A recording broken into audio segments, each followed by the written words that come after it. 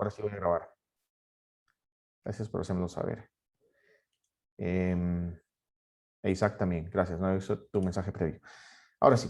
Entonces, volviendo al punto, acelerar algo o mejorar algo podría tener al traste algunas otras cosas y este es lo que el ejemplo plantea. Lo primero que nos dice es, considere que usted tiene una unidad de punto flotante que la está reemplazando por una más rápida, que en promedio es de 2 veces más rápido de la original, pero que esa aceleración afecta únicamente un 20% de las operaciones, puesto que solo el 20% de las operaciones de punto flotante de todo el programa o el tiempo de ejecución, en este caso, está asociado con ese tipo de operaciones. Entonces, la pregunta primera es, bueno, ¿cuál es el overall speed up que podríamos lograr ignorando cualquier otro tipo de penalización? O sea, cualquier otro efecto que por ahí podríamos tener. Entonces, esto es bastante transparente, simplemente ejecutar el cálculo de la ley de Amdahl, determinar cuánto es por acá, ¿no? La fracción acelerada, que es un 20%, y determinar, bueno, que el speed up de esa parte mejorada es de 2. Entonces, plantear la ecuación es tal cual la conocemos, 1 menos la fracción acelerada, obviamente son 0,8, más la fracción acelerada entre el speed up. Entonces, al final se nos da 1 dividido entre 0,9 y nos da un speed up global de 1.11. Okay. ¿Preguntas hasta este punto? Yo creo que es bastante transparente, ¿no? Estamos solamente aplicando la ley de Amdahl tal cual, sin mayor cambio. Ahora veamos lo que dice la parte B. Dice, ahora asuma que si usted acelera esta unidad de punto flotante, lo que va a ocasionar es reducir el tiempo de los accesos a caché. Vamos a ver más adelante cuál es esta historia. Por ahora lo que interesa saber es que la caché es digamos, el nivel inmediato de acceso que tiene el procesador más allá de los registros internos, que es, digamos, la primera unidad de almacenamiento que el procesador tiene. Acceder datos a caché toma tiempo. Veremos que inclusive cuando el dato no está en caché, eso repercute en otras circunstancias, pero eso es parte de lo que veremos en temas más posteriores. Por ahorita lo que interesa saber es que si yo, bajo la perspectiva de este ejercicio, utilizo esta unidad de punto flotante que es más rápida, voy a hacer que esos accesos a la memoria caché, a la memoria más inmediata del procesador, se hagan más lentos. Entonces, obviamente aquí no hablamos de un speed up, sino de un slowdown de 1.5 o, evidentemente, un 1.5 en slowdown implicaría un 2/3 de speed up. O sea, obviamente, si yo tengo un speed up menor que 1, lo que significa que se lo estoy haciendo más lento. Lo que nos dice es que los accesos a caché consumen más o menos un 10% del tiempo de ejecución. Entonces, ahora la pregunta es, bueno, usted está haciendo este reemplazo, tiene este impacto. Ahora, ¿cuál es el speed up global que estaría obteniendo? Entonces, ahora evidentemente la fracción afectada está cambiando. O sea, ahora yo tengo que considerar la parte de punto flotante como la parte de caché, puesto que estoy aplicando cambios a ambas partes. Ahora, los cambios que estoy aplicando no son iguales, sino que entonces tengo que considerar el efecto individual de cada uno de los cambios. Evidentemente, la fracción de lo que no se puede o lo que no se ve afectado por ninguno de estos cambios también varía. En este caso ahora no es de 0.8, sino 0.7, que es lo que tendríamos acá. Esta parte es la misma, que es lo que estaría viéndose afectado por la nueva unidad de punto flotante, pero ahora estamos considerando un 0.1, 10% de la porción que no está siendo mejorada, pero que sí está siendo afectada. Entonces tendríamos que tomar en cuenta todas esas, si por ejemplo tuviésemos otras unidades que están siendo afectadas por alguna modificación, o con modificaciones, digamos, positivas o negativas en ese sentido de que aumente el speed up o más bien lo disminuya, tendríamos que considerarlo dentro de la ecuación de una manera un poco más genérica. Y por lo tanto aquí hablaríamos precisamente de un efecto de este 0.1, que son los accesos a la caché, pero dividido entre dos tercios. Obviamente no es ganando en speed up, sino más bien aumentando el tiempo que, digamos, toda esta parte afectada toma y por lo tanto reduciendo el speed up global. Entonces, eso, como podríamos esperar, va a cambiar un poco este resultado que obtenemos acá, que se transforma entonces en un overall speed up de 1.052, por ejemplo. Entonces ven que está reduciéndose de 1.11 a 1.052 cuando estamos considerando que poner esta unidad de punto flotante, que es más rápida, sí tiene un impacto en algunas otras partes y en este caso, digamos, es un impacto negativo. Muy bien. El punto C lo que dice es, después de implementar esta nueva unidad de punto flotante, o para esas operaciones de punto flotante, ¿cuál es el porcentaje del tiempo de ejecución que se gasta en las operaciones de punto flotante y cuál es el porcentaje que se gasta, que se utiliza en los accesos a la memoria caché de datos? Vamos a ver ahora, y esto es parte de lo que por acá podríamos ver. Vamos a ver, en proporción, no nos dicen cuánto es el tiempo de ejecución, pero tenemos una relación, una proporción. Sabemos que el speed up también lo podríamos calcular fácilmente como el tiempo de ejecución anterior eh, dividido entre el tiempo de ejecución nuevo. La idea, obviamente, es que mi tiempo de ejecución nuevo va a ser más pequeño que el tiempo de ejecución anterior y por lo tanto, este cociente va a ser mayor que 1, que es lo que nosotros tenemos. Pero entonces ahora lo que tenemos es, antes yo tenía que es un 10% de todo el tiempo de ejecución. Bueno, vamos a ver, vamos a ver un poco para atrás.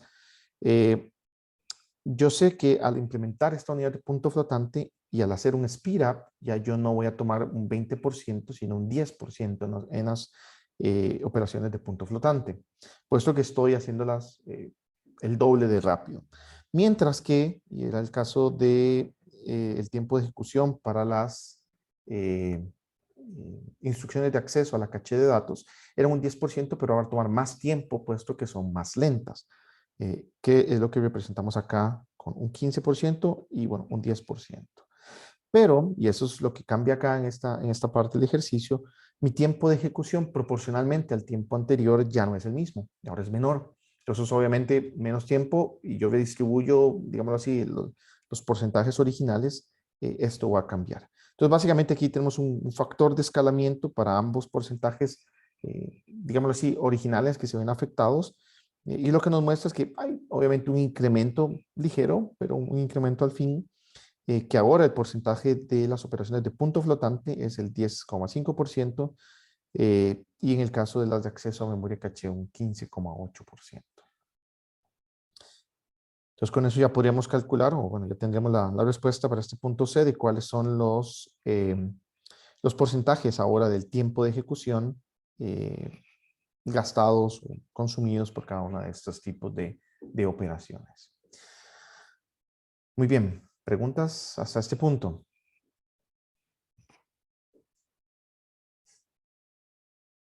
Si ven, es básicamente aplicar ley de Amdahl y tal vez la parte es que se ve un poco diferente de la formulación que ya tenemos es esto acá, por ejemplo, que tenemos que introducir este nuevo factor, eh, que en este caso no es un mejoramiento, más bien es un empeoramiento, podemos decir, pero al fin y al cabo es un efecto. Entonces, si hubiesen más efectos, tendríamos que considerarlos tanto acá, para determinar la fracción que no se ve afectada por ninguna de estas modificaciones, positivo o negativamente, y acá también como parte del cálculo. ¿Ok? Listo. Si no hay preguntas, entonces podríamos saltar al siguiente. Muy bien. Ese también está totalmente relacionado con la ley de Amdahl. Y muy parecido que en este anterior hay que tomar en cuenta el efecto de, vamos a ver, de que introducir una mejora puede deteriorar algo más dentro del sistema computacional. Y este es un ejemplo claro de algo que es bastante real, que es cuando incrementamos la cantidad de núcleos, la cantidad de elementos de procesamiento, puesto que aun cuando yo pueda paralizar una aplicación, van a haber costos a nivel de comunicación entre las tareas que se están paralizando, que no son enmascarables, que no son gratuitos. Entonces, hay un impacto. O sea, paralelizar no viene de manera gratuita, sino que normalmente al hacerlo, el costo de comunicación se puede ver incrementado. Y esto es lo que este ejercicio por aquí plantea. Lo que nos dice es cuando usted está paralizando una aplicación, el speed-up ideal o va a estar relacionado pues a la cantidad de procesadores que usted está utilizando. esto está limitado por dos cosas. La primera, que es la que ya conocemos, es el porcentaje de la aplicación que se puede paralelizar. Ya vimos de la clase anterior que si mi porción paralelizable es muy baja, por más procesadores que yo ponga, voy a tener siempre digamos así, o ese crecimiento es asintótico hacia un valor límite. Entonces, aun cuando yo incremente la cantidad de núcleos, no voy a aumentar el speed up. Entonces, eso por ese lado es importante tener presente y ya lo conocemos. Eso es lo primero. Y lo segundo es el costo de comunicación, que es lo que les mencionaba. Más procesadores implica un mayor costo de comunicación entre los procesos que se están distribuyendo. La ley de Amdahl toma en cuenta el primero, o sea, el porcentaje paralelizable de la aplicación, pero no toma en cuenta lo segundo, que son los costos de comunicación, a partir, digamos, de la formulación que ya vimos en la clase. Muy bien, la primera pregunta es, bueno, ¿cuál es el speed up para un procesador, para un sistema con N procesadores si el 80% de la aplicación es paralelizable, ignorando costos de comunicación? Entonces ya a partir de esto podemos ver, bueno, cuánto es nuestra fracción que es paralelizable y obviamente cuánto es el speed up que podríamos lograr y que va a estar relacionado con la cantidad de procesadores. En este caso, pues obviamente es una formulación hasta este punto teórica. O sea, sabemos que entonces 0,2, la fracción no paralelizable, y que esto al final va a depender de qué valor tome n, ¿no? Un n grande, y bueno, aquí en este caso como es un 80%, sí podríamos lograr un buen punto, pero también llegando hasta un máximo que la formulación por ahí nos establece. ¿Ok? Ven que el máximo siempre va a ser 1 entre 0,2, pensando, digamos, en un número infinito de procesadores, aun cuando no es necesario tener un número infinito de procesadores. Muy bien. Y 1 entre 0,2 obviamente nos da un máximo teórico de 5x. La segunda pregunta dice, ¿cuál es el speed up si lo que tenemos son 8 procesadores y si cada procesador que nosotros estamos agregando a ese sistema implica un overhead en la comunicación de 0,5% el tiempo de ejecución original? O sea, esto implica que por cada procesador que yo estoy agregando, digamos así, le meto un retardo al sistema de 0,05, perdón, de 0,5%. Entonces, ahí es donde vuelve la frase, ¿no? De que no hay almuerzo gratis, el implementar o el aumentar desde alguna parte cierta mejora me está degradando por otra parte, en este caso, o me está incrementando en este caso los costos de comunicación. Entonces, al igual que en la formulación anterior, tengo que tomar en cuenta esto. Vean que no es que estoy afectando el tiempo de ejecución de alguna porción en particular, sino que el porcentaje paralelizable sigue siendo el mismo, pero acá lo que yo sí estoy afectando, o le estoy agregando, por así decirlo, es a este factor de mejora que tengo acá alguna corrección, digamos, por el impacto negativo, ¿no? Entonces la fracción paralelizable sigue siendo la misma, que 0,2. Ahora esta formulación de 0,8 dio entre n, lo estoy cambiando por 0,8 entre 8, que es la cantidad de núcleos. Y lo que me dice es que cada núcleo, realmente son 8 los que estoy teniendo, me mete un retardo en la parte de comunicación de 0,005 o 0,5%. Entonces, evidentemente esto se ve reflejado, es un factor, digamos así, relativamente pequeño, pero no despreciable. Y esto hace entonces que el espira que nosotros logramos sea de 2,94 para este caso de 8 núcleos. Muy bien. ¿Preguntas hasta este punto?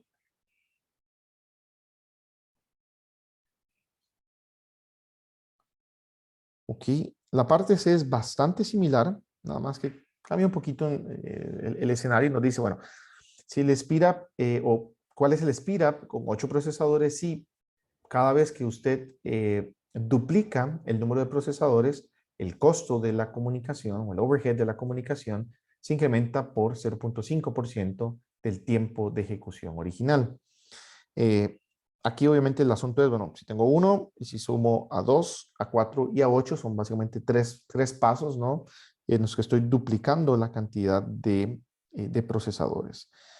Entonces es una formulación muy parecida. Estoy considerando todavía los 8 procesadores, la misma fracción que es paralelizable, o en este caso 0.2, que es la fracción no paralelizable. Pero ahora este factor cambia y en lugar de ser 8 es 3, puesto que estoy haciendo, digamos, 3 upgrades o 3 duplicaciones, ¿no? De 1 a 2, a 4 y a 8. Y por lo tanto, entonces, el speed up que nosotros podemos lograr varía un poco. En este caso, a 3,17. ¿Ok? Luego la pregunta es, y de una perspectiva bastante genérica, bastante genérica, la verdad, es cuál es el speed up si lo que tenemos bien son n procesadores y cada vez que el número de procesadores se duplica, el costo de la comunicación se incrementa por 0.5. Básicamente es una generalización del número C. Pero ahora entonces para n. Obviamente, y aquí la ventaja es que sabemos que como es algo que está creciendo o que se está duplicando y que es una base de 2, evidentemente, por ejemplo, cuando tengo 8 procesadores es 2 a la 8, perdón, 2 a la 3, nuestro exponente 3 es el que me dicta cuál es este factor que afecta el overhead. Entonces, ¿cómo podríamos calcularlo? De una manera bastante genérica, podríamos decir entonces que lo definimos para n y que va a depender de logaritmo en base 2 de n, el que me va a dictar cuál es ese factor de impacto cada vez que estoy duplicando la cantidad de procesadores. ¿Ok? Y la última, que está muy relacionada, dice, bueno, escribo una ecuación general que resuelva la siguiente pregunta.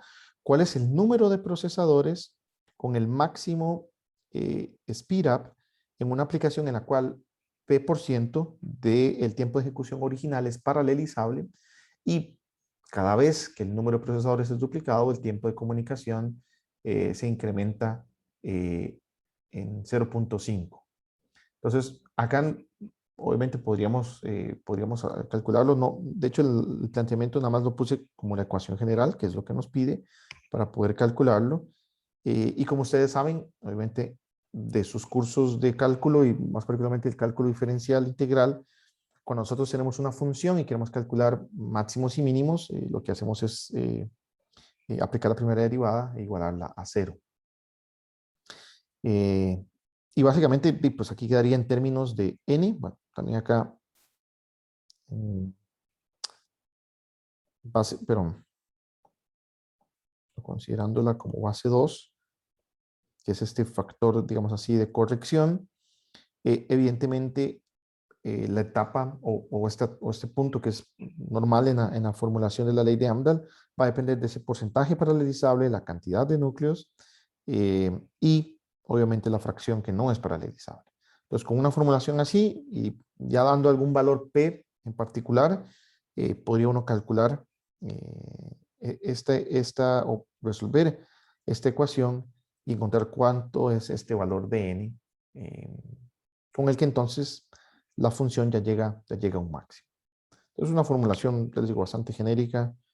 No diría que a modo de examen necesitaríamos hacer algo así, pero los ejercicios previos, donde sí ya tenemos números puntuales, podría ayudarnos bastante a poder entender mejor este tipo de dinámicas, ¿no? Cuando estamos modificando una parte y pues ganamos, expira, pero tenemos que pagar algún precio por ahí de por medio. Evidentemente, y eso también tiene mucho que ver, pueden haber sistemas donde paralelizar, vamos a ver, o lo que ganemos por paralización no compense las pérdidas en algunos otros puntos. Entonces, evidentemente, no será tal vez una solución lo más viable.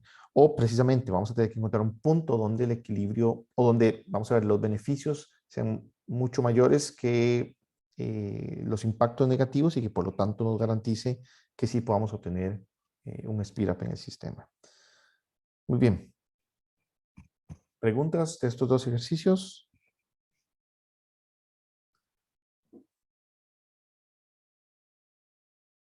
Okay. Como saben, bueno, el resto de ejercicios es parte de que ustedes también los puedan resolver.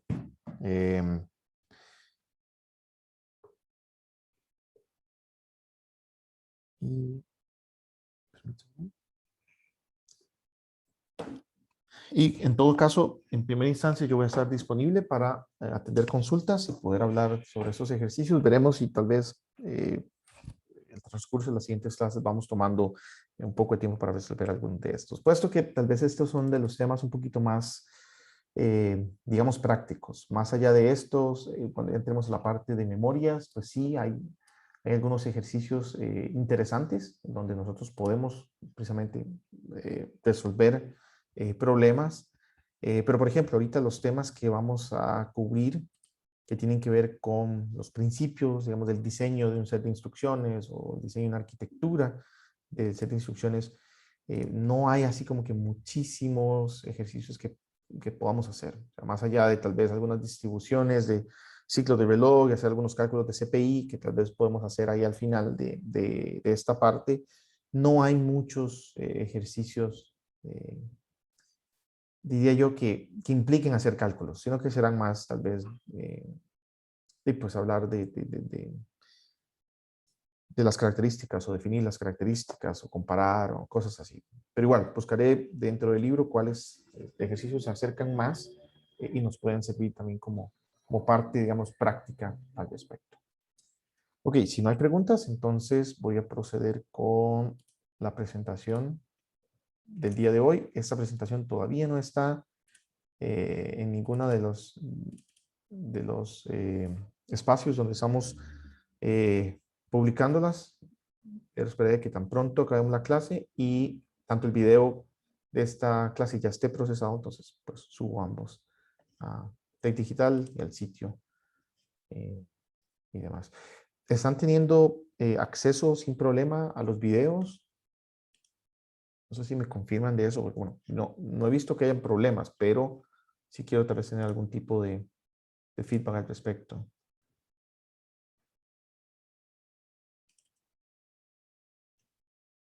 Okay, supongo que sí, cualquier cosa, pues me avisan, ¿no? Si no estuvieran siendo capaces de ver los videos o si tuviesen algún problema al respecto. Ok, la idea, como les decía, es poder introducir esos temas de diseño del set de instrucciones, que cuando hablemos de la arquitectura del set de instrucciones, ustedes puedan tener bien claro que no es únicamente cuáles instrucciones puede soportar, sino que hay muchísimos más conceptos que están detrás.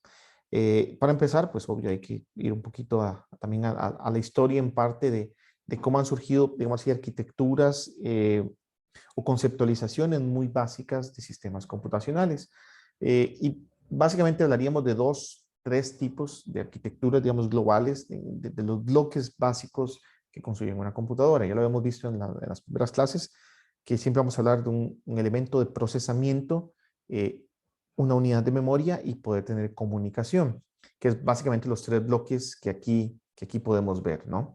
Y la arquitectura von Neumann, que bueno, fue propuesta en 1946 por John von Neumann, un matemático y consultor en ENIAC, y creo que esto no lo vimos tal vez en alguna de las clases, pero lo veremos tal vez más adelante, pero la ENIAC es una de las primeras grandes computadoras que por ahí hubieron, que utilizaban cientos de metros de cable y muchísimas conexiones y muchísimas personas para operarlos. Pero bueno, él ideó un computador basado en programas almacenados, o sea que ya tuviésemos el programa como tal en la memoria. No tuviese que ser algo que sobre la marcha se fuese estableciendo. Y esta conceptualización lo que nos permite es pensar precisamente que tenemos todos los datos o toda la información necesaria del programa en un único bloque de memoria. Nuestro sistema computacional siempre va a estar compuesto por dos elementos o por dos partes importantes, que es la parte como tal aritmético-lógica, la parte que realmente se encarga de hacer la computación, y la parte que se encarga del control. A nivel de MIPS, por ejemplo, ustedes ya tuvieron que ver esto, ¿no? Que tenemos un data path, donde realmente los datos van pasando y se van procesando, donde, bueno, obviamente viene la instrucción tiene que decodificarse y tiene que venir este proceso en el que se traen datos de memoria o se traen del archivo de registros para ser procesados y, bueno, los resultados o se guardan en memoria o se guardan en registros. Pero en esta idea, en esta conceptualización, lo que tenemos es precisamente estos bloques, estos tres, el CA para la parte aritmética, CC para la parte de control y la M que es la memoria, en donde pues como les decía, la CA la que se encarga de llevar a cabo las operaciones aritméticas, suma, resta, multiplicación y división. La parte de control simplemente va a ser el encargado de llevar la secuencia correcta del programa. A nivel de MIPS lo vamos a refrescar más adelante, o RISC-V en este caso. La instrucción como tal, evidentemente, tiene que ser decodificada y la unidad de control es la que se va a encargar de tirar todas las señales de control y de selección a las diferentes partes del procesador para precisamente operar esa instrucción sobre los datos que estén provistos. Y la parte de memoria es la que va a almacenar las largas cantidades de información del programa. Una particularidad acá es precisamente que es una sola unidad de memoria la que se encarga de tener tanto los datos que se procesan como el programa que se ejecuta. Entonces eso es bastante particular. Y bueno, esa arquitectura IAS, podemos llamarlo así, se podría ver de una manera extendida, así con algunos otros elementos que tienen que ver con, por ejemplo, registros para las instrucciones, con el program counter que lleva, digámoslo así, la información de a dónde o dónde estoy dentro del programa, a qué punto estoy dentro del programa. Pero también, y es lo que mencionaba, ¿no? Que tanto instrucciones como datos provienen de la misma unidad de memoria para la parte acá de control, pero también para la parte aquí como tal que procesa los datos. Dentro de esta perspectiva, entonces, vemos que la arquitectura von Neumann presenta una memoria unificada, entonces una memoria única para datos y para programa, donde la información que está en la memoria se puede acceder es por medio de direcciones. Y vamos a ver que es algo que es lo más normal, ¿no? Que vamos a tener una dirección, normalmente pues vamos a tener un program counter que va a estar apuntando a una dirección en memoria y lo que recibimos de regreso es precisamente el dato que está almacenado en esa dirección. Ahora, este dato podría representar realmente datos para procesar o el programa. Y las instrucciones almacenadas dentro de esta memoria son ejecutadas de manera secuencial. O sea, vamos ejecutando una por una las instrucciones tal cual están en la memoria de manera secuencial. Y más adelante hablaremos precisamente de que ese es como el concepto de una arquitectura von Neumann en el sentido, vamos a ver, podríamos hablar de arquitectura von Neumann, perdón, de esta estructura. Cuando hablemos de una computadora de von Neumann, hablaríamos o pensaríamos precisamente en una computadora que presenta esta secuencialidad en la ejecución de las instrucciones. Ahora, esto va a ser importante porque más adelante vamos a ver que hay mecanismos en los que aun cuando vamos leyendo y vamos empezando, digamos así, a ejecutar las instrucciones en ese orden, podemos darnos cuenta que hay ciertas instrucciones que yo simplemente no las puedo ejecutar ya, porque los datos para hacerlo no están. Entonces, a lo interno yo altero el orden de ejecución, pero debo garantizar de que después, en el orden en el que yo empiezo a entregar los resultados, tiene que satisfacer esta noción de una computadora de von Neumann, ¿no? Que los resultados pues también se van generando en el orden en que las instrucciones empezaron a, digamos así, empezar a ejecutar. Aun cuando en la parte intermedia, en el proceso de la ejecución de la instrucción, yo altere el orden para evitar este tipo de dependencias y que esas dependencias no se conviertan en un cuello de botella que me reduzca el rendimiento de mi procesador. Entonces, cuando veamos la parte de ejecución fuera de orden, volveremos a este punto y a esa necesidad de que las instrucciones sí, digamos, las podamos leer en el orden en el que vienen, empecemos ese proceso de ejecución de ellas en ese orden, pero aun cuando los resultados los obtengamos en diferentes momentos, yo garantice que esos resultados se devuelvan, o sea, que se escriban ya sea memoria, memoria de datos, por ejemplo, o a los registros, se hagan en el orden en que están establecidos, para precisamente garantizar de que la ejecución del programa se da tal cual fue pensado. Y establece un ciclo básico, digamos, de operación, que se le conoce como el ciclo de fetch, que es pues muy tradicionalmente lo que seguimos haciendo, tal vez con algunos cambios por ahí, pero de manera muy similar, ¿no? Primero es que vamos a la memoria y hacemos realmente la parte de fetch, que es la parte de búsqueda, de ir y traer la instrucción. Esto esperaría que por de manera muy genérica ya lo sepan de su curso de diseño de sistemas digitales. Hay un proceso de decodificación de esa instrucción, la ejecución de la misma, que evidentemente se da utilizando las unidades aritmético-lógicas, y los resultados después deben almacenarse, ¿no? En el caso, por ejemplo, de una arquitectura RISC, como MIPS o RISC-V, que se trata de una arquitectura registro a registro, siempre ese almacenamiento se va a dar primero a los registros y después con otras instrucciones es que podemos sacarlo de los registros y llevarlo, por ejemplo, a la memoria de datos. Pero este ciclo fetch, digamos que en esencia es el mismo que seguimos. Permítanme que por ahí tengo un par de preguntas. Ok. No, gracias por la confirmación de que sí pueden ver la carpeta de los videos. Muy bien. ¿Preguntas hasta acá? Muy bien. Ahora, esta es una perspectiva, podemos decirlo, muy tradicional o muy conceptual de la arquitectura y donde la característica tal vez más esencial es esta, ¿no? Que tenemos un único bloque de memoria que aloja tanto programa como los datos a ser procesados. Por otro lado, tenemos lo que se conocería como una arquitectura hardware, que es la evolución, o vamos a ver la evolución de las computadoras y la necesidad de más rapidez, digamos, empujado evidentemente que nosotros hagamos cambios en la organización de las computadoras. Y tratar de aprovechar el paralelismo ha sido lo que ha marcado esta idea.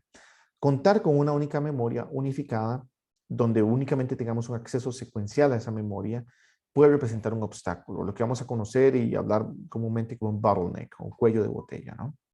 Que evidentemente ustedes saben cuál es el comportamiento en cuello de botella. Aunque ustedes tengan mucho volumen en una botella, si se la vuelcan, la cantidad de agua que va a salir va a estar limitada precisamente por el tamaño de la botella, de su cuello.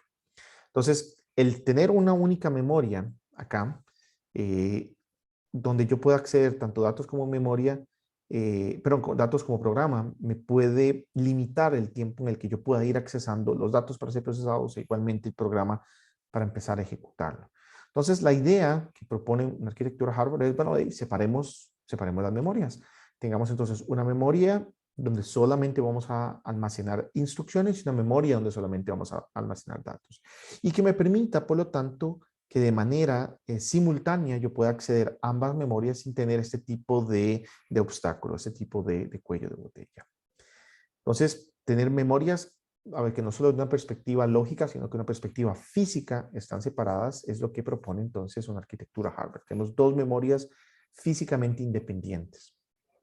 Y como les decía, lo que permite entonces es el acceso a ambas de manera simultánea. ¿Qué gano yo con esto? Pues un mayor rendimiento, puesto que puedo de alguna forma explotar paralelismo, puedo ir trayendo más instrucciones que puedan empezar a procesarse, igual más datos para una única instrucción que yo puedo estar ejecutando.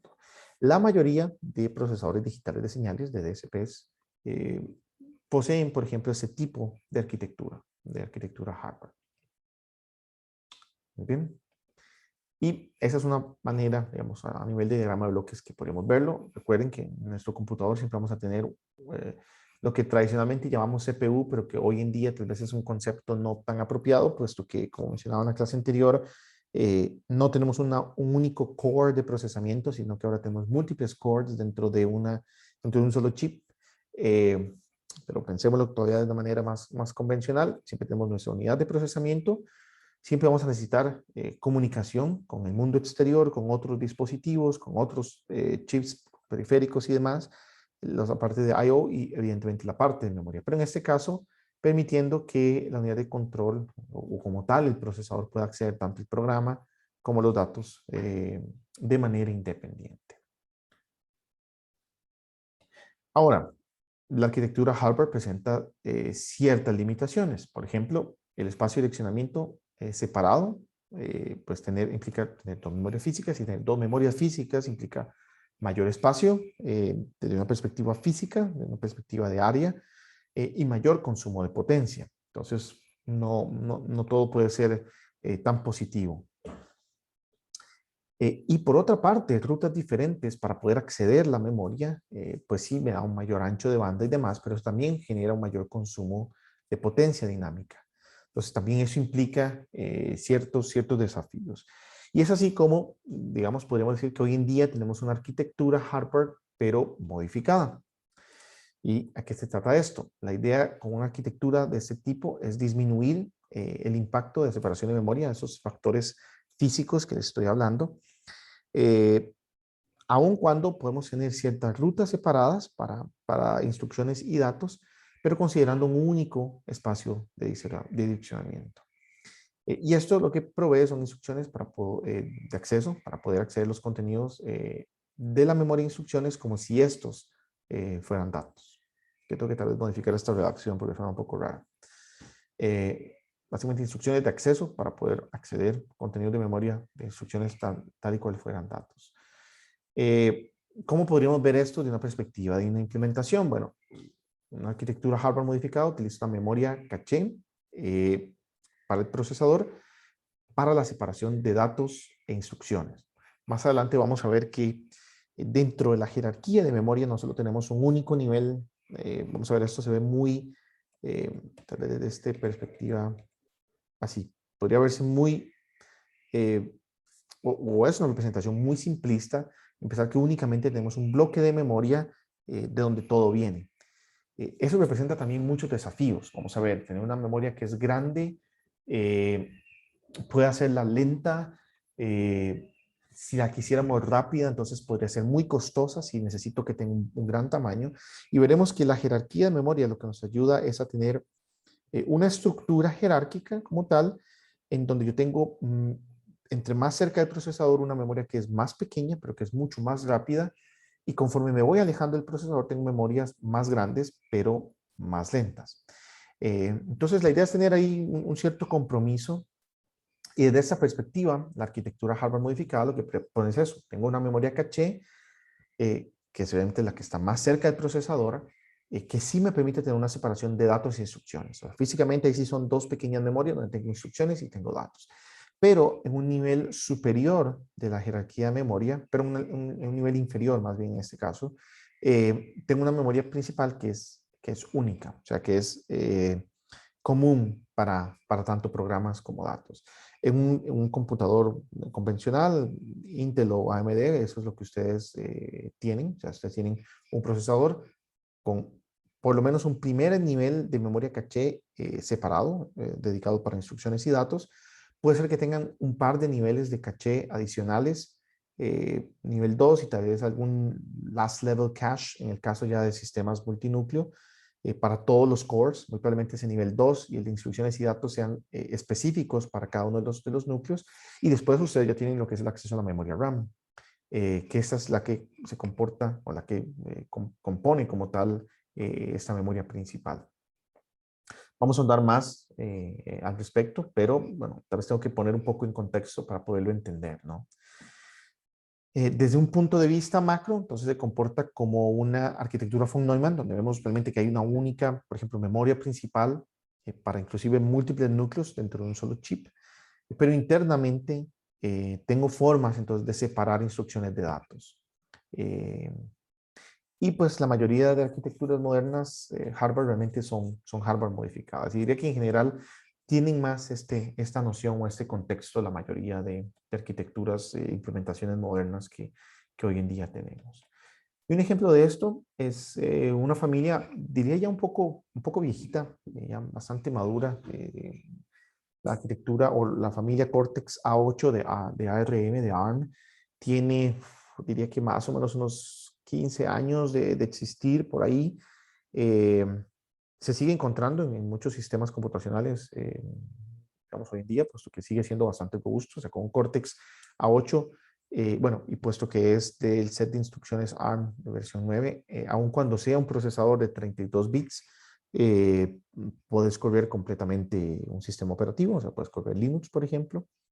Y la particularidad que nos enseña este diagrama es que, bueno, partiendo de que es una implementación de un solo núcleo, en este caso, bueno, un par de cosas adicionales que tienen interés, por ejemplo, la parte de unidad de punto flotante y esto que se llama Neon Data Engine, que es para poder explotar paralelismo a nivel de datos. Vamos a verlo tal vez más adelante. ¿Cuál es la versión en el caso de ARM? Muy probablemente nos enfocaremos más a la de x86 para las experimentaciones que hagamos en el proyecto 2, pero tienen básicamente esa misma funcionalidad, poder explotar paralelismo a nivel de datos. El caso es que podemos ver que a lo más cercano al procesador tenemos precisamente dos memorias caché independientes en el primer nivel, L1, una para la parte de instrucciones y una precisamente para los datos. Aun cuando en niveles superiores, por ejemplo acá, en el nivel 2 de la memoria caché, lo que tenemos es una memoria unificada o integrada para todo el procesador. Evidentemente, fuera ya del chip tendríamos la memoria RAM.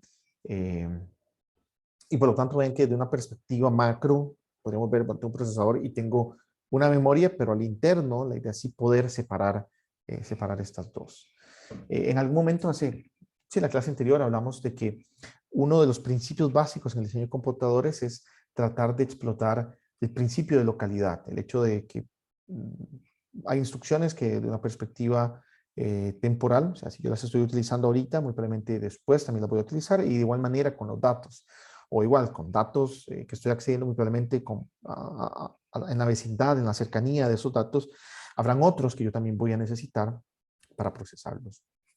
Tener esta estructura con la jerarquía de memoria y con cachés individuales nos permite también poder explotar estas nociones. Y lo veremos con aún más detalle más adelante en el curso. Muy bien, entonces si hacemos una comparación para resumir esto que tiene que ver con estas conceptualizaciones de arquitecturas de computadoras, digamos así, bastante genéricas, diríamos que la arquitectura entonces von Neumann presenta un único espacio de direccionamiento y una única ruta de acceso al CPU, del CPU a la memoria. En el caso de la hardware, más bien tenemos memoria de datos y memoria de instrucciones con rutas físicas diferentes hacia el CPU, además de espacios de direccionamiento que son separados. O sea, podemos hablar de dos espacios de memoria totalmente diferentes. Y por lo tanto hay que manejarlos también de manera separada. Y en el caso de la arquitectura hardware modificada, entonces hablamos de rutas de hardware diferentes, en el caso del CPU hacia la caché, pero con un espacio de direccionamiento que es único. Rutas separadas hacia el CPU, entonces permiten que las instrucciones y los datos sean accedidos al mismo tiempo y por lo tanto entonces mejorando lo que se conoce como el throughput, o sea, la cantidad de trabajo que yo puedo realizar por unidad de tiempo. Que obviamente en nuestros sistemas computacionales eso sigue siendo una métrica importante, pero como hablamos en clases pasadas, no es quizás la más importante. Ahora me va a interesar ver, bueno, cuánto es ese throughput que yo puedo hacer, pero, por ejemplo, por unidad de potencia, por watt. Y entre más yo pueda hacer, consumiendo menos potencia, pues hoy en día, digamos, eso es a lo que vamos a estar apuntando como algo ideal. ¿Preguntas hasta este punto?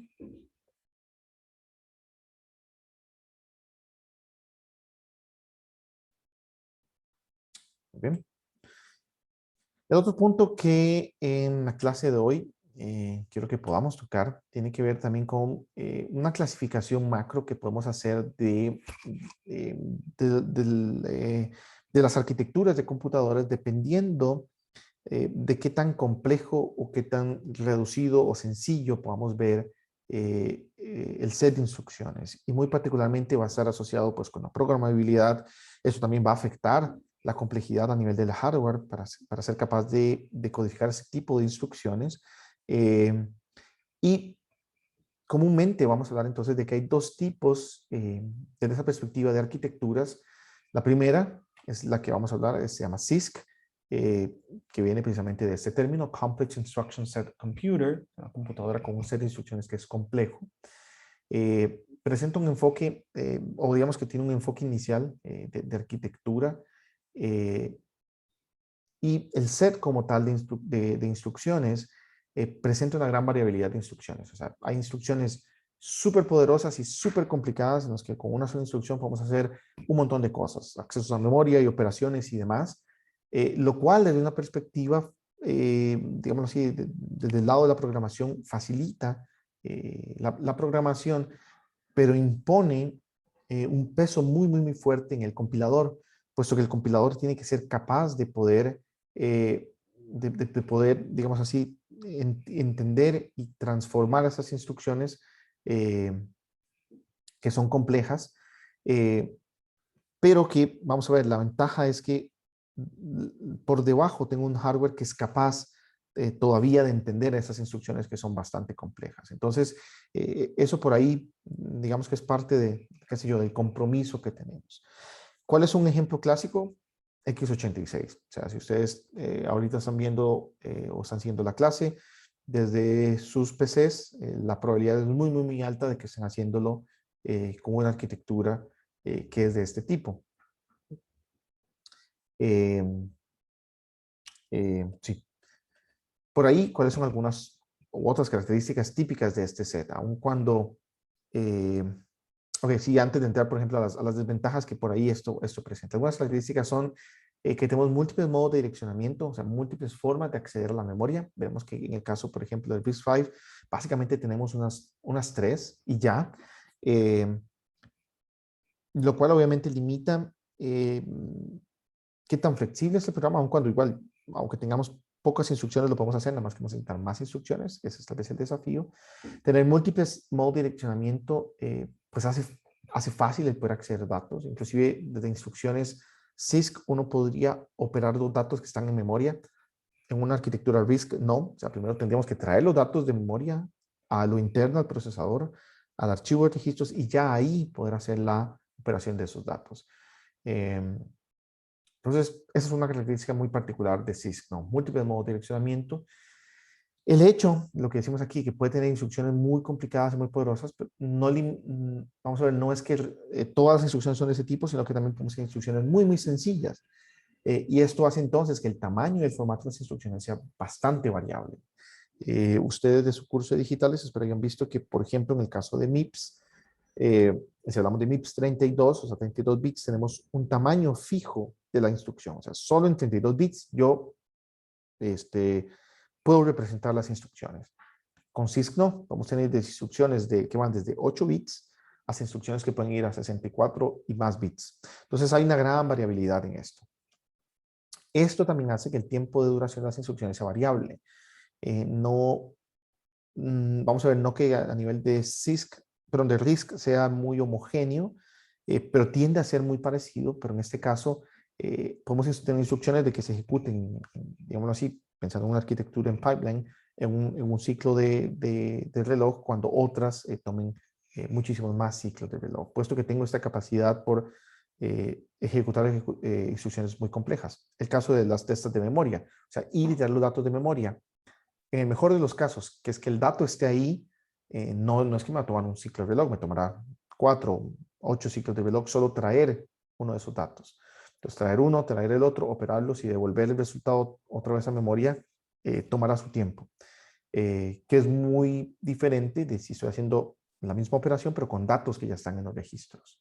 Entonces, por eso el tiempo de duración de las instrucciones puede ser muy variable. Tiene un bajo número de registros de propósito general. Ustedes tal vez están acostumbrados a escuchar de más o menos 32 registros de propósito general dentro del procesador. En el caso de 8086, teníamos esta arquitectura base. Hablamos básicamente de 4, que normalmente se subdividen. Ya tenemos, por ejemplo, AX, tenemos AXH, AXL para la parte alta, la parte baja del registro. Pero sí, aún así el número es bastante reducido. Como decíamos, las instrucciones son capaces de ejecutar tareas complejas y aquí es donde el hecho de tener esas tareas complejas implica un cierto precio y es que decodificar esas instrucciones es complicado y por lo tanto el hardware necesario para poderlo hacer también es complicado. Entonces, tener un hardware que es más complicado también puede implicar reducciones o vamos a ver un impacto negativo en el tiempo de ejecución por un lado, y el otro es tener un hardware complicado, también va a implicar mayor área, mayor consumo de potencia. ¿Cuál es una ventaja de CISC? En parte ya lo hablábamos, la facilidad de programación, tareas complejas se realizan en menos tiempo, pues lo que tal vez a nivel de la implementación misma yo ya tengo la capacidad de poder ejecutar ese tipo de instrucciones que aún así son más complejas. El tener múltiples modos de direccionamiento que también simplifican tareas, lo que les decía, o sea, si yo quiero ejecutar una operación sobre datos que están en memoria, lo puedo hacer básicamente con una instrucción. Ahora esa instrucción va a tomar tal vez un mayor tiempo, pero una instrucción como tal me permitiría hacerlo. Y el poder tener esta complejidad a nivel de tareas, pero a nivel de instrucciones, también permite que yo pueda reducir el tamaño del código, hacerlo más pequeño, más compacto. Y las desventajas, entonces, lo que decíamos, instrucciones variables puede implicar en tiempo de búsqueda de estas instrucciones y de los datos que pueda ser variable, y por lo tanto hace muy complejo tener un sistema que sea determinístico. Esa noción de determinismo, espero que ya lo conozcan inclusive de sus cursos, como el curso de señales y sistemas, ¿no? Cuando yo quiero, y en muchos aspectos, yo quiero, y lo hablábamos en las primeras clases, sistemas que sean confiables o que operen de una manera apropiada, pero que yo sepa que para una tarea dada, el tiempo de ejecución es bastante conocido.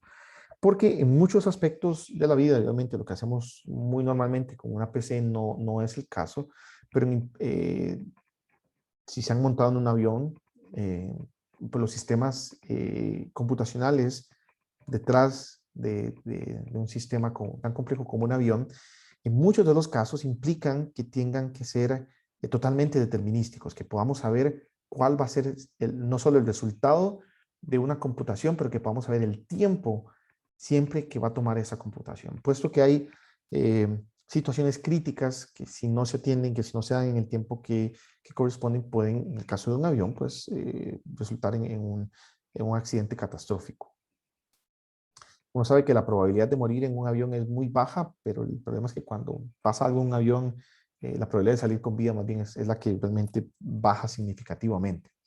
Y por eso, al menos la industria de la aviónica es muy fuerte, quizás es de las más fuertes, mucho más que la parte médica en la criticidad de los sistemas y en tener este tipo de garantías. Quizás otro donde ya está entrando también ese nivel tiene que ver con la parte de vehículos autónomos. Conforme más autonomía se le está dando a los vehículos, evidentemente va a ser necesario eh, esto.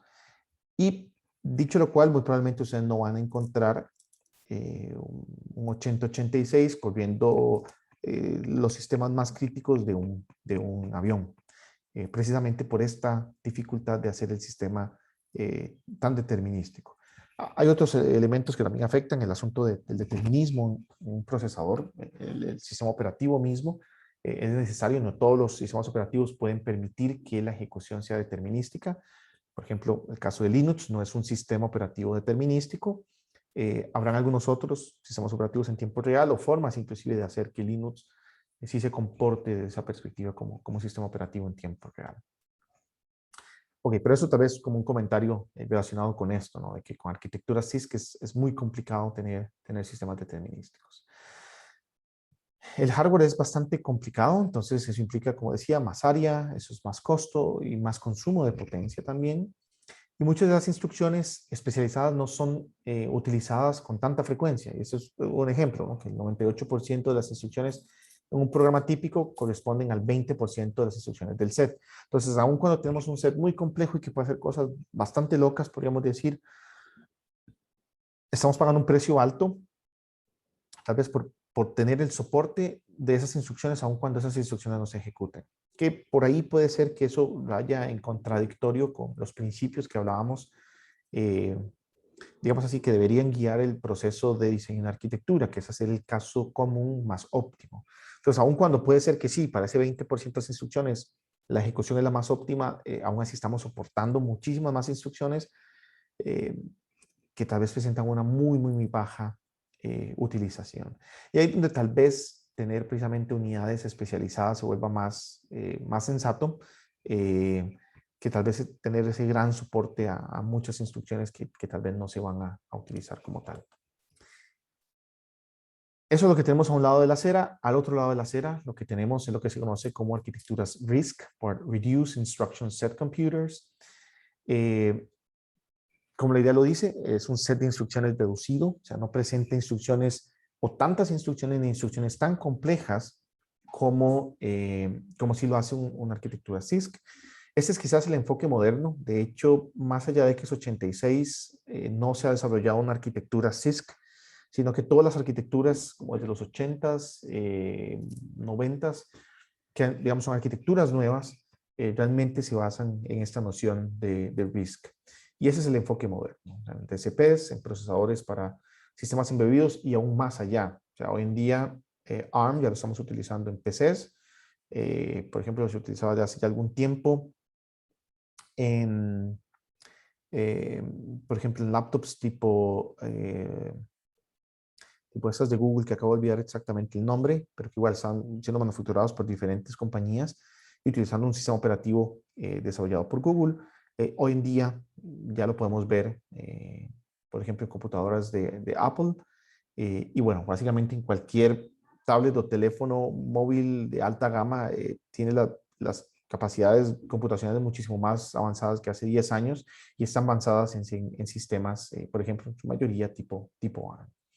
Como les decía, este set está compuesto por menos instrucciones con funcionalidades más simples. Entonces implica que yo ahora puedo resolver los mismos problemas, pero voy a necesitar más pasos para poderlo lograr. La dificultad está en el programador o también desde la perspectiva del compilador de tomar el mismo código que antes yo podía tirarlo a algo más sencillo en cuanto a las instrucciones que la computadora me puede entender, pero ahora necesito entonces más instrucciones para poderlo lograr. ¿Cuáles son otras características típicas de un set de instrucciones tipo RISC? Pocos métodos de ilustramiento, como les decía, por ejemplo, a nivel de RISC-V lo que tenemos son básicamente 3 modos de direccionamiento. El tiempo de ejecución de cada instrucción tiende a ser el mismo. No podríamos garantizar que es exactamente el mismo, pero digamos que es básicamente el mismo. Eh, Tenemos un alto número de registros de propósito general, que van a dar entre 16, 32 o inclusive más. La decodificación como tal de las instrucciones es simple, entonces eso también hace que la complejidad del hardware se reduzca y por lo tanto las funcionalidades complejas pueden ser implementadas también por bloques específicos a nivel del hardware. Si debemos reducir o resumir, perdón, en ventajas y desventajas, diríamos que ventajas de este tipo de arquitectura RISC son instrucciones de tiempo y tamaño fijo, simplifica el hardware y ayuda entonces a brindar determinismo, que eso, como les digo, en ciertos escenarios, en ciertas aplicaciones es deseable. Hay un mejor aprovechamiento del hardware y permite de una mejor manera el pipelining. No que CISC no lo permita, pero evidentemente podríamos tener un pipeline muy profundo. Ahorita no estoy seguro, por ejemplo, en versiones modernas, eh, por ejemplo, de Core, que es Core i7, Core i5, qué tan grande es el pipeline. Eh, pero el tener entonces estas instrucciones tan variables podría hacer que en algunos casos yo sí esté aprovechando todo el pipeline, en otros casos no, o sea, nada más llego hasta ciertas etapas, puesto que no necesito las demás para poder ejecutar las instrucciones. ¿Cuál es entonces alguna desventaja? Pues obviamente es un código que va a presentar un tamaño muchísimo más grande, o sea, necesito más espacio en memoria para poder representar las mismas instrucciones que tal vez en CISC podía hacerlo en unas cuantas. Y por otra parte, lo que también implica es que desde una perspectiva a bajo nivel, inclusive si lo hiciésemos la programación a nivel de ensamblador, yo tendría que escribir muchísimas más líneas de código. Ahora, normalmente eso no es lo que vamos a hacer, sino que entonces vamos a confiar en un compilador que se va a encargar de poder hacer este tipo de traducción, ¿no? Poder encargarse ahora sí de hacer ese match entre los recursos que tengo, la complejidad del programa y en qué tantas instrucciones yo voy a necesitar para poder entonces representarlo apropiadamente. ¿Ok? Y por ahí tal vez una comparación muy rápida y bastante, digamos, viejita, bastante desactualizada, diría yo. Eh, de algunos, creo que ahí me confundía más bien desde los 90, es que no se proponen arquitecturas que sean CISC. De hecho, la última fue digamos, la precursora de lo que hoy tenemos, de x86. Y por aquí algunos datos, por ejemplo, los años en los que fueron desarrollados, si ven, es básicamente antes de los 90, ya a partir de los 80 también ya habían otras arquitecturas como la Spark en el caso también de este tipo de arquitectura, o la MIPS, que es la que tal vez ustedes ya han conocido un poco más de su curso anterior. Por aquí resulta muy interesante, por ejemplo, ver esto. El tamaño de la instrucción puede ser muy variable. Vean que en el caso de Intel podría ser desde un byte, o sea, de 8 bits hasta 11 bits, pero hasta 11 bytes. Desde 8 bits hasta esta cantidad que es bastante variable. Entonces, obviamente, nos permite jugar mucho y poder reducir tamaño del programa, pero implica una muy buena complejidad a nivel de la implementación. Cuando normalmente en lo muy tradicional, por ejemplo, una arquitectura MIPS, por ejemplo, 32 bits, y lo que usamos son 4 bytes. Y todas las instrucciones son fijas. Aun cuando, y por ejemplo, en el caso de ARM, hay una extensión que se conoce como thumb, que sí permite tener ciertas instrucciones reducidas para precisamente tratar de paliar este efecto de que tendríamos que tener más cantidad de instrucciones. Creo que se llama thumb 2, por ahí andan los nombres. Yo estoy tratando de revisar si me lo encuentro por acá. Que permiten sí tener más bien instrucciones de 16 bits, no solo de 32. Sí, thumb 2. Y en el caso de RISC-V también hay otras extensiones, se llama la RV64IC, que también permite entonces hacer mezcla de instrucciones con diferentes tamaños y por lo tanto tratar de reducir el tamaño del programa. Entonces eso por ahí también está disponible. Vean igual la diferenciación en cuanto a la cantidad de registro de propósito general. Tal vez comparemos entre Intel y MIPS, que pueden ir de 8, lo que les decía, realmente 4, lo que pueden ser direccionables por parte alta y baja, entonces se convierten en 8 contra 32 por defecto que tiene MIPS. Y por ejemplo, el asunto aquí también que previamente se vio con tamaños de caché. En el caso de Intel, con cachés más pequeñas, puesto que también tiene estas funcionalidades de poder operar en datos en memoria. En el caso de MIPS tal vez un poco más grandes. Pero sí, resulta bastante interesante ver este tipo de comparaciones. El otro que acá no mencionaba, y tal vez eso por ser un MIPS un poquito más viejo, pero les mencionaba que en el caso de RISC-V, con la parte de direccionamiento, básicamente tenemos solo 3 modos de direccionamiento. Más adelante vamos a ver en general cuáles son las descripciones de estos modos de direccionamiento, pero en el caso de RISC-V tenemos direccionamiento por registro inmediato y por desplazamiento, solo 3. Y noten que por lo menos este de Intel, que igual es un precursor y muy probablemente las versiones más nuevas pueden tener algunos otros diferentes, hablamos de hasta 11 modos de direccionamiento. Entonces sí hay diferencias bastante marcadas entre estos dos tipos de arquitecturas. Damos un pequeño ejemplo como para comparar esto, ¿no? La cantidad de instrucciones y cómo va todo esto. Muy particularmente porque, y eso es también algo con lo que vamos a conocer, el tipo de arquitectura. Por ejemplo, RISC-V es conocida como una arquitectura registro-registro, o sea, porque yo estoy operando sobre registros, o también lo podemos escuchar como una arquitectura load-store, o sea, que yo voy y traigo los datos de memoria, hago entonces un load, y una vez que ya los proceso y los quiero devolver, hago entonces un store, o sea, los llevo de vuelta a la memoria. Cosa que, ya les digo, no necesariamente yo tengo que cumplir o tengo que realizar en un x86. No tengo que traer los datos de la memoria, pensando que aquí la memoria principal, o que sea la memoria caché indistintamente, no tengo que realmente traerlos sí o sí a los registros. Entonces pensemos que queremos multiplicar dos números que están almacenados en memoria, en las direcciones 2, 3, que es este de acá, 2, 3 y 5, 2. Entonces 5 y 2. ¿Muy bien? La pregunta es, bueno, ¿cómo lo hago en CISC? ¿Cómo lo hago en RISC? En CISC tengo la particularidad de tener la menor cantidad de líneas posibles a nivel del lenguaje ensamblador, puesto que puedo operar directamente en memoria. Entonces aquí básicamente lo que está haciendo está tomando el valor de 2.3 y el valor de 2.5, los multiplica y el resultado lo está almacenando en la dirección de 2.3. Listo. En RISC vamos a tener instrucciones más pequeñas e idealmente una instrucción por ciclo, partiendo por ejemplo que estas instrucciones de carga o de traída de datos y almacenamiento de datos en memoria también se dan en un solo ciclo.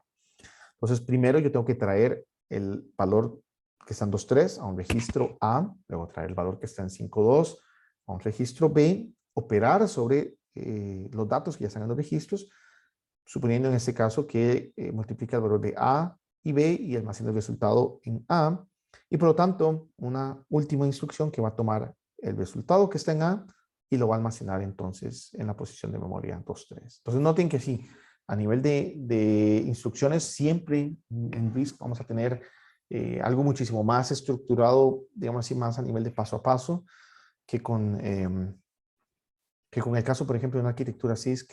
Muy probablemente tenemos una sola instrucción y muy particularmente que está de una vez trayendo los datos de memoria y operándolos y guardando directamente en memoria.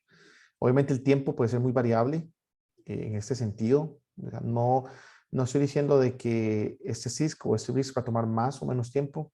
Obviamente, no es tan trivial, digamos, poder hacer esa comparación, puesto que tendríamos que considerar, ¿no? Cuántos son los tiempos de acceso a la memoria y demás. Pero en principio, y por lo menos lo que interesa aquí ver, que es desde la perspectiva de líneas de código, lo reduce significativamente un CISC en comparación a un RISC. Muy bien.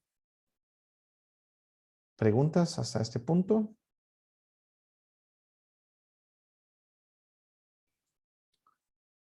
Ok, si no las hay, eso es lo que tengo para este día. Tengo pendiente, sí, es revisar con detalle este apéndice, el apéndice A del libro de Hennessy Patterson de Computer Architecture, para sí puntualizarles cuáles de las secciones serán tal vez las más importantes. Aunque ahorita, de hecho, lo estoy repasando y diría que casi que todo va a ser bastante importante. Permítanme un momento. Sí, tal vez yo diría que es mejor que sí puedan revisarlo todo el apéndice. Habrán partes en las que nos enfocaremos más, pero todo el contenido, ya que ahorita lo estoy revisando, como les digo, va a ser importante. Va a ser importante para que podamos definir todas estas conceptualizaciones y todas estas ideas que son necesarias eh, y que son comunes o que podríamos encontrar elementos comunes en cualquier arquitectura que ya existe. E igual, si tuviésemos que hacer nuestro propio diseño en arquitectura, si fuese el caso, eh, elementos que tendríamos que definir, ¿no? Desde los modos de direccionamiento, el tipo de si es un CISC o es un RISC, el tipo de instrucciones, el tipo de datos que podríamos soportar, la codificación del set de instrucciones. O sea, no solo es que yo ya sé cuáles son las instrucciones, pero cómo las coloco dentro de los bits de la palabra instrucción y qué representa cada quien. De eso lo veremos también como manera de repaso de la parte de RISC-V, MIPS, que les va a ayudar también a esto. Algo también que vamos a tocar es, por ejemplo, cuál es la estructura, cuál es la forma de generar código ejecutable. Para eso voy a usar una presentación algo viejita, pero que está bastante buena para poder hablar, ¿no? De cómo es este proceso de generar código que es ejecutable. Muy bien. De mi parte, eso sería por el día de hoy. Si no hay ninguna pregunta, podemos finalizar esta parte hasta acá. Solamente quiero compartirles algo más brevemente y es lo que les comentaba